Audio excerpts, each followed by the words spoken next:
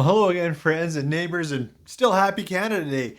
After shooting that last whiskey, I was, talking to a few people, and someone mentioned that Wine and Beyond here in St. Albert, but in Alberta, had this 22-year-old Pike Creek on sale. So I ran out and they did 71 and change, so $72 plus GST for a 22-year-old whiskey. I had to get it. I truly then thought, but I think I've shot this before and I couldn't find that I had reviewed it. Certainly haven't had a bottle. So this Pike Creek 22-year-old is, I'll tell you more about the whiskey, but it's finished in PX sherry. If you've got any Canadian whiskey, I just opened this. It'll be a tasting together with you. We'll see if it's any good, and we'll see how it stacks up to this. Got a little bit left of this. It's getting a bit low. I might have to finish this off with some friends. This 21-year-old finished in Oloroso. That was the 2020 Canadian Whiskey of the Year. Anyways, why don't you pour some Canadian whiskey, a little older if you can, and come on back. 3, 4.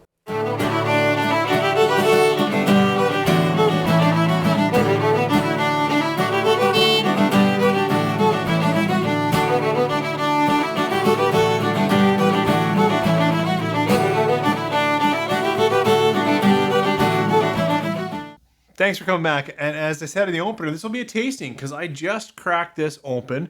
I don't have a lot of critical notes for it. Well, I don't have any critical notes for it. It'll simply be a together tasting. And when I was researching, thinking for sure I talked about this, I did watch a clip from Dr. Don Livermore. And that was interesting. So, this Pike Creek 22-year-old finished in PX Sherry is part of a rare release series they put out. I don't think they've put any out recently. So this was maybe last year, and it's 45%. I think this is also 45%. This one's finished in PX. And Pike Creek has become an interesting series. Their regular 10-year-old rum is not a favorite of mine. But they've got these older ones. I got a 21 that was in Speyside Casks, is that right? And then this 21 at Oloroso, and I really did like this one. It's going back a few years. And then this one, 22 years old, but finished in PX. It's a mostly corn whiskey with some rye whiskey, aged in mostly or entirely like used Canadian whiskey barrels. So it doesn't have a lot of wood interaction until that finishing. And I think that's where they're going with the Pike Creek series. So anyways, a 45% whiskey, mostly corn, a little bit of rye, mostly in used oak whiskey barrels, and then finished in Pedro Jimenez sherry, which is usually a pretty sweet sherry. Let's see how it is. Nose and palate. It is sweet. It is, it's got some sweet fig or a little bit of, I'm going to go with that pasty fig sweetness that you can get. It's also a little dusty, a little corn husk. I recognize the nose. I know I'm getting ahead of myself, but the corn husk carries through, but the nose is different. This one, sweet with fig and raisin and sweet red fruits. Let's try it on the palate. Cheers. That's a delightful whiskey. I would say there's some chocolates, some as I said, some raisin bread. There's a bit of breadiness in there. Maybe that's that smooth, rounded, sweet corn. A little bit of Christmas baking spices, a little bit of cinnamons, a little bit of anise. Well, maybe not anise, but a little bit of black pepper, but not much. It's not punchy. It's actually quite sherry forward. Better try another sip.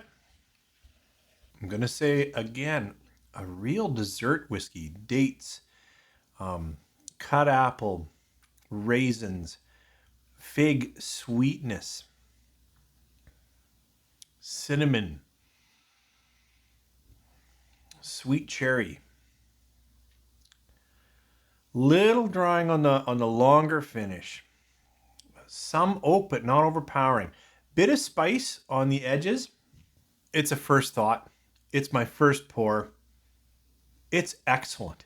And I just did a series of 18-year-old scotches, and are they good or are they not? And some of them are good. Some of them are tasty, but their pricing has gone crazy.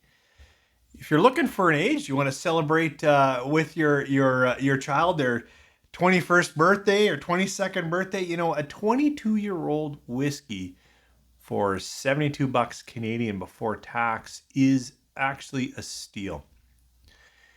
This adds more character than the typical sweet Canadian whiskey. I know I say that a lot. That Canadian whiskey is sweet and light and that kind of thing. This adds more body, that more fig raisin, a little bit of chocolate, a little bit of espresso, cut apple. It adds quite a bit to the typical Canadian whiskey profile. And so if you still haven't run out and got a whiskey for Canada Day to celebrate with friends, you can do exactly what I did, is head down the road. I only know about the St. Albert one here, but I imagine all Wine and Beyonds in Alberta have this on for 72 bucks for Canada Day, which is a steal, an absolute steal. So I wanted to compare it to this Oloroso 21-year-old. Now, I haven't had this, and it's been in the bottle. I'm looking at it, and now I'm worried a little too long. Like maybe I left it here and there's too much air interaction, because this bottle's a 2020 bottle and I've been nursing it along because I really liked it. But if it hits about halfway, I really do try to move it along or put it in smaller samples. This was the Canadian Whiskey Award winner in, I think, 2020. It is similar, like the same kind of corn, mostly corn, a little bit of rye, older, 21 years old, same aged in ex-Canadian, and then finished in Oloroso Sherry. I'm quite sure they color both, so this is not fair, but from a color point of view, the PX is significantly darker than the Oloroso finish. Let's give it a nose and taste. So in this context, it's a little huskier, a little drier, a little more caramel toffee forward, less raisin fig, really a sweet, pithy thing. This thing is, yeah, that corn husk just gets me, and then some toffee and vanilla. Let's try it on the palate. Sláinte. Or cheers. It's Canadian whiskey. You know, the finish is maybe a bit better integrated. I do get nice corn forward, sweet, buttery whiskey. And then I can get some older raisin, a little husky, a darker red fruit, a little plum, a little raspberry, and more oak. Definitely more oak, more cinnamon, more tannic oak presence. Another quick sip. That's a good whiskey. This is a little truer to Pike Creek in the sense of I feel it's been a while, but I would recognize that predominantly corn rice spice blend with a finish of a nice Oloroso sherry. Oh, and a little more cracked pepper on the edges. This is actually kind of smoother, more coating, less spicy, and far more sherry influence. As I said, I'm quite sure they're colored, but this speaks far more PX finishing than this does Oloroso finishing. So it depends what you're going for. I'm still really excited about this 22-year-old. I'm still going to comb my archives, my notebook. My notebook didn't have it, but I was sure I had a sample of this earlier. Regardless, I know this is my first bottle that I've had, and I'm just tasting, but really happy I got it. Hope you guys also have some really cool Canadian whiskey. It is Canada Day. If you've had some, sipped some, or want to celebrate some, put a comment down below. It is Canada Day, and I'd love to hear what you're drinking from Canada to celebrate this great country. Thanks for joining me again. Have a great weekend.